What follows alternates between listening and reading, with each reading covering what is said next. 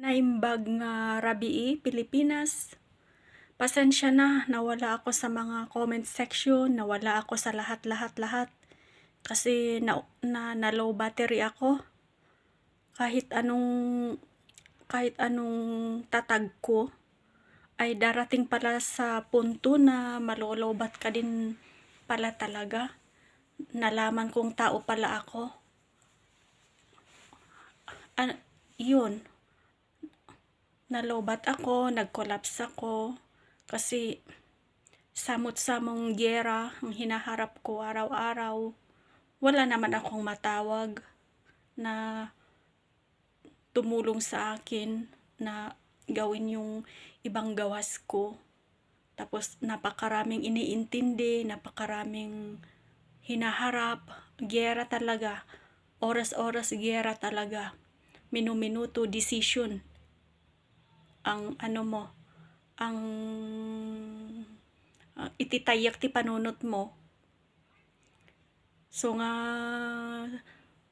pasensya na kung ilang araw, 2 weeks yata akong nawala.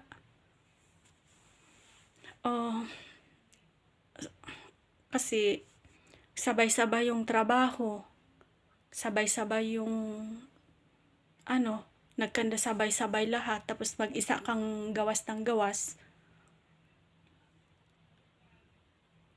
So, darating sa punto talaga na magko-collapse ka. Pero ang Diyos ay kunin yung kamay mo, tapos hanguin ka pataas.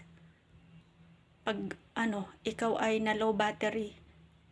So, tayo ay magpasalamat sa Panginoon kasi binigyan tayo ng unang sinyales yung pagkapanalo ni Tatay Digong sa korte. First sign na yun na sa atin na yung victory. At very positive talaga ang mga darating na magiging outcome ng laban natin. So, pasalamatan natin ang Panginoon kasi hindi niya tayo pinabayaan. Salamat sa mga sumabak sa giyera kapag yung iba ay nalolo battery, napapagod. Tapos yung iba ay sumasabak. So, ganun talaga, rotation tayo kasi napakahaba naman talaga ng giyerang ito kung kailan ito matatapos. Suko na, pagod na tayo, 'di ba? Okay, so magbabalik naman ako sa mga comment section. May tinatapos lang talaga ako. Pag makahinga-hinga ako sa sobrang trabaho ng mga papel. Babalikan ko kayo. So, hold on. Diyan lang kayo. Mga Duterte vloggers, supporters, and followers, I will catch you up. Good night. Bye-bye.